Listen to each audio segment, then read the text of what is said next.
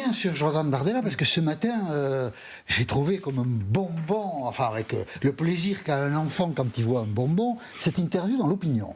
Alors là, le titre, je veux dire, quand vous voyez ce titre, Jordan Bardella, président du Rassemblement National depuis 3 mois, il y a eu une naïveté collective à l'égard des ambitions de Vladimir Poutine. Et quand on lit ça, on se dit, la première des naïves, c'était quand même Marine Le Pen. La preuve, en février 2017, la voilà au Kremlin, candidate à la présidence de la République. Elle a été cherchée en quelque sorte, parce que son image internationale était très étroite, elle l'est toujours, la caution de Vladimir Poutine. Alors, s'il y a bien la naïveté collective, je ne sais pas, mais s'il y a bien quelqu'un qui a incarné la naïveté par rapport à Vladimir Poutine, et qui encore au mois de février 2022, il y a donc 1 an, disait, mais enfin, Vladimir Poutine, jamais il n'envahira l'Ukraine, enfin, pas lui, pas ça. Donc, on se dit, en fait, Jordan Bardella nous parle de Marine Le Pen. Et Jordan Bardella, il enfonce même le clou dans cette interview. C'est une interview, je trouve, moi je vous le dirai un peu après, très imprudente. Hein. C'est de la conduite sur verglas avec des semelles en caoutchouc. Hein. Ça, j'ai peur pour lui de la fracture d'un de ses membres supérieurs ou inférieurs. Et alors, il dit ceci, ne pas reconnaître qu'il y a eu, on va le voir, naïveté collective, serait une faute morale. Alors moi, je serais journaliste et j'aurais l'occasion de croiser Marine Le Pen. Je dirais, Madame Le Pen, vous avez fait une faute morale pendant des années en étant naïve vis-à-vis de Vladimir Poutine. Alors, évidemment, comme il est malin, Jordan Bardella, il a du talent, à 28 ans, il sait faire de la politique. Hein, il enrobe un peu le truc. Et il dit ceci dans cette interview de l'Opinion, qui est amusant et faux. Vladimir Poutine d'il y a 5 ans n'est pas celui qui, 5 ans plus tard, a décidé d'envoyer l'Ukraine. Pourquoi c'est 5 ans. Oui. Pourquoi c'est amusant? D'abord parce que Jordan Bardella, 28 ans, dit, vous savez, il y a les jeunes qui ont les yeux ouverts et il y a les vieux cons qui l'ont pas vu. Voilà. Donc ça, si vous voulez, paf, encaissez ça. Mais pourquoi c'est faux? Parce que Vladimir Poutine arrive au pouvoir au début des années 2000. Hein? Tout de suite, il dit que les terroristes tchétchènes, il va aller les buter au fond des chiottes. Donc, c'est sa phrase, hein, c'est à lui, hein, c'est pas à moi. Absolument. Hein. Donc la brutalité de Vladimir Poutine, nous la connaissons. Très vite aussi, nous avons su que les terroristes tchétchènes, il y a peut-être eu des terroristes en Tchétchénie, ça c'est possible, hein, mais les attentats à Moscou qui ont justifié la deuxième guerre d'Ukraine ont été organisés par le FSB, pardon, pour asseoir le pouvoir de Vladimir Poutine. Ça a été écrit, documenté, si vous voulez... La perversion du personnage, on l'a mesuré. Anna Politkovskaya, qui était une journaliste russe, l'a payée de sa vie en 2004. Assassinée. Et quand elle a été assassinée, Vladimir Poutine n'a eu que des mots de mépris pour elle et pour son travail. Donc, si vous voulez...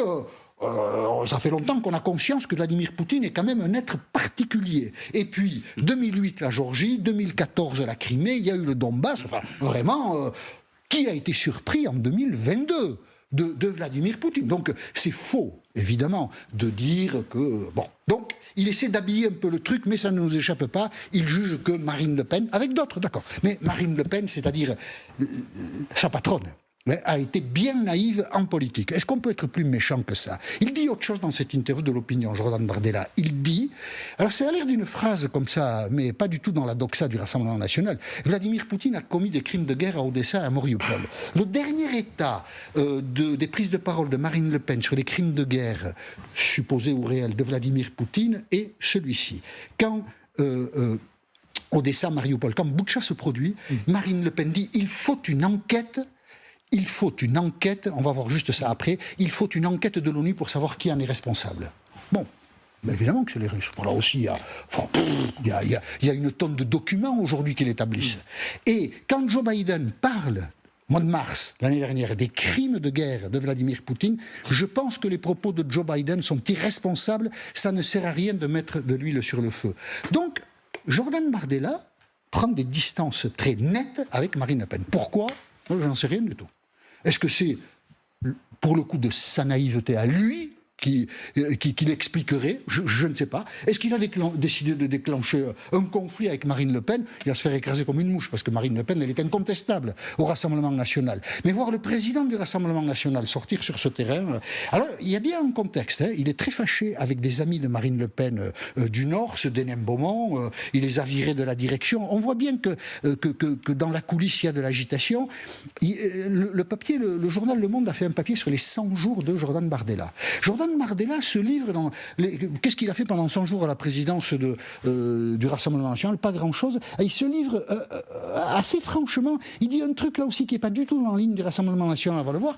Quand j'étais plus jeune, dit-il, voire quand j'étais petit, j'ai admiré le personnage Nicolas Sarkozy. Il avait la capacité de tout changer. La ligne du Rassemblement national, c'est Nicolas Sarkozy, vraiment ni fait ni à faire, et on le déteste. Donc lui, il n'est pas du tout sur la ligne. Et Sébastien Chenu, qui est l'homme de confiance de Marine Le Pen à l'Assemblée nationale, dans ce papier du Monde, dit ceci de Jordan Bardella.